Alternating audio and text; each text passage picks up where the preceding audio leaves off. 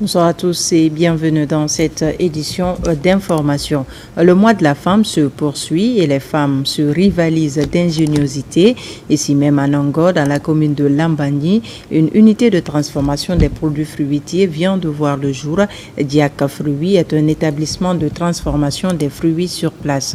Notre reporter Yaya Silla y a fait un tour. Nous sommes au quartier Nango, en face du stade Petit Souris. Le slogan qui attire le visiteur est « Le bonheur se trouve dans nos fruits ».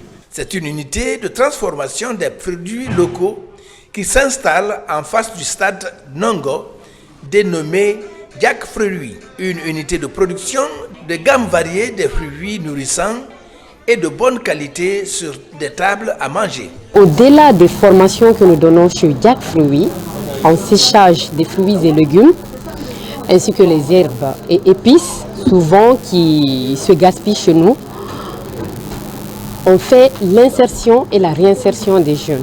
C'est-à-dire, nous créons aussi de l'emploi pour les jeunes. On a eu à faire la formation sur les herbes, les épices, les fruits, ainsi que les légumes.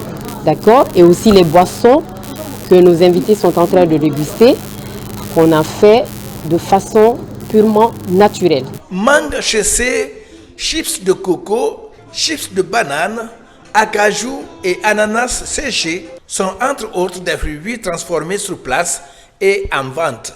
Diak Fruits, c'est aussi une formation en séchage de fruits, légumes et épices, ce qui réjouit les autorités. Nous avons pour mission principale la promotion et la valorisation des produits et services destinés à l'exportation. C'est dans ce cadre-là que nous offrons beaucoup de services aux entreprises guinéennes pour renforcer leur compétitivité sur les marchés internationaux. C'est à ce titre que nous accompagnons Diak Fruits depuis l'année dernière à participer à des foires commerciales. Elle a été représenter la Guinée au Salon international d'alimentation de Paris. Elle vient de la foire du tourisme en Espagne, et tout ça par l'accompagnement de la GIPEX. Dans cette unité de transformation, plusieurs fruits sont destinés à l'exportation vers d'autres pays de la sous-région afin de promouvoir le label Made in Guinée. Les acteurs en charge de la lutte contre les maladies animales dans la région de Boké étaient récemment en conclave, objectif renforcer leur capacité en vue de lutter contre les maladies animales dans la région. Il s'agit de renforcer la surveillance des animaux pour faciliter la détection précoce des épidémies dans le cheptel national et la faune sauvage. Reportage de Younoussa Tawel Kamara. Ils sont agents issus de la santé humaine, services vétérinaires et de l'environnement de la région de Boké à prendre part à cette formation. Il s'agit pour ces acteurs de renforcer leur capacité sur la maîtrise du manuel de surveillance des maladies de la faune sauvage en vue de détecter précocement les maladies zoonotiques à l'interface homme-animal-environnement dans l'approche Une seule santé. Comme nous le savons, la plupart des grands problèmes de santé qu'on a et les grandes épidémies proviennent des animaux. Donc si nous ne prenons pas les dispositions nécessaires, ça risque de créer d'énormes problèmes par rapport à la gestion. Le véritable problème a été que la plupart de ces problèmes de santé étaient justement considérés que par la santé humaine. Cependant, l'origine de ces maladies provient des animaux.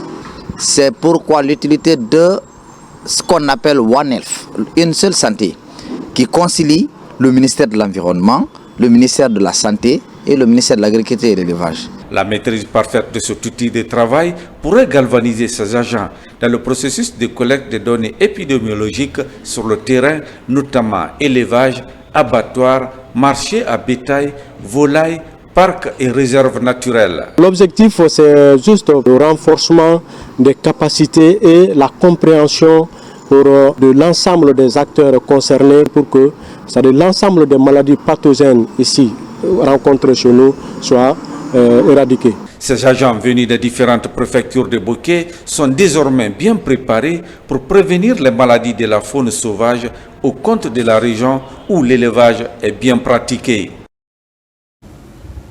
Et puis ce don de forage à l'école primaire Matam Ludo 2, c'est un accompagnement d'un ancien élève du dit établissement à travers l'amicale des anciens élèves du collège et lycée Bonfi.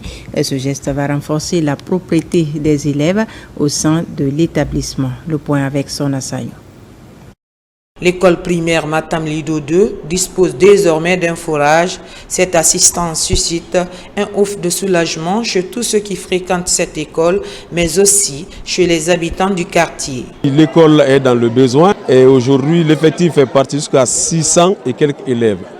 Et sans eau, donc j'ai jugé nécessaire, étant un ancien élève et aussi habitant de la commune de Matam, d'offrir ce forage à cet établissement pour que les enfants soient dans l'hygiène. Ça fait 2 ans que je suis à la recherche de quelqu'un pour me donner un forage ici. Tout récemment, je l'ai vu, je l'ai posé le problème, il m'a dit que tu as un forage.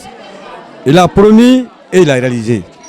Le forage, ce n'est pas pour l'école seule, même le quartier, sinon que le remercier et prier Dieu pour lui. L'initiative de cette action humanitaire est d'un ancien élève de cet établissement scolaire. L'ambition du donateur est de faire en sorte que ces élèves et enseignants soient dotés de l'eau potable afin de les offrir un meilleur cadre de vie. Nous sommes très contents pour ce don. Nous disons merci. Nous implorons la grâce de Dieu pour que Dieu l'accompagne dans ses différentes missions. J'ai de meilleurs souvenirs de l'école. L'initiative que notre ami et promotionnaire a pris vraiment, c'est une belle initiative, c'est salutaire, c'est des initiatives qui doivent vraiment se multiplier dans tout le pays. Très touchés par ce geste de solidarité, les bénéficiaires promettent de prendre soin et de bien entretenir ce bijou au bénéfice de tous. Comme chaque année, ils sont nombreux les fidèles musulmans à rallier les lieux saints de l'islam pour accomplir la Umrah ou le petit pèlerinage pendant ces 10 derniers jours de Ramadan. L'occasion est saisie par plusieurs fidèles musulmans pour accomplir leurs devoirs religieux en Arabie Saoudite. Elhadj Founiagasola Keita, Marwan Kamara. À l'aéroport international Ahmed Sékou Touré de Conakry, ces fidèles musulmans s'apprêtent pour effectuer la Umrah ou le petit pèlerinage en Arabie Saoudite. Même motivation, accomplir le rituel sacré qui les rapproche du Tout-Puissant Allah et purifie leur âme pendant ces 10 derniers jours du mois saint de Ramadan. Le bon déroulement de ce voyage spirituel est assuré par l'agence de Dunia Voyage. Nous partons pour la Umrah pour implorer la grâce d'Allah et pour chercher le pardon d'Allah. Nos impressions sont vraiment les meilleures. Nous sommes très contents et très satisfaits de ce voyage qu'on a planifié depuis très longtemps. Et nous prions Allah que ça se passe très bien pour tous nos pèlerins. Depuis qu'on a commencé, honnêtement, Dunia Voyage a fait du mieux pour que ce voyage soit une réussite parfaite. Et Dieu merci, ça se passe très bien pour le moment. Nous sommes au point de retrouvement à l'aéroport. Et nous allons entamer tout de suite l'embarquement. Mais Dunia Voyage vraiment est à féliciter pour l'organisation et pour vraiment la mobilisation. Chaque année, des milliers de musulmans se rassemblent devant la Sainte Kaaba pour accomplir la Umrah. Ce moment est une occasion pour les fidèles musulmans de vivre l'histoire des 2 saintes mosquées, Médine et Makka, et aussi de faire des invocations pour le pays et pour les dirigeants. Mon impression, c'est d'aller prier pour le pays, pour la famille, pour toute la nation, pour tous les musulmans. Que Dieu nous pardonne, qu'il pardonne nos péchés, qu'il nous donne la santé, la longévité, qu'il donne la paix du cœur, qu'il donne la paix au pays là. Une Umrah effectuée pendant le Ramadan équivaut à un hajj en la compagnie du prophète, paix et salut sur lui.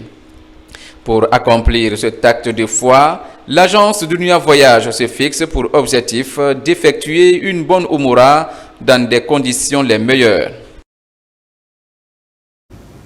Et pour terminer, une nouvelle association voit le jour. Il s'agit de l'association des amis de l'université de l'abbé Amul en abrégé.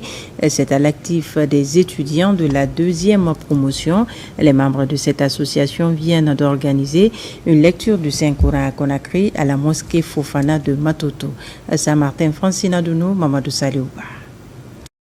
Réunis au sein d'une association dénommée Amis de l'université de l'abbé, Les étudiants sortant de la deuxième promotion de la faculté des sciences administratives et de gestion et ceux de la quatrième promotion mi-âge de la faculté des sciences et techniques de ce temple du savoir se mobilisent autour des valeurs essentielles.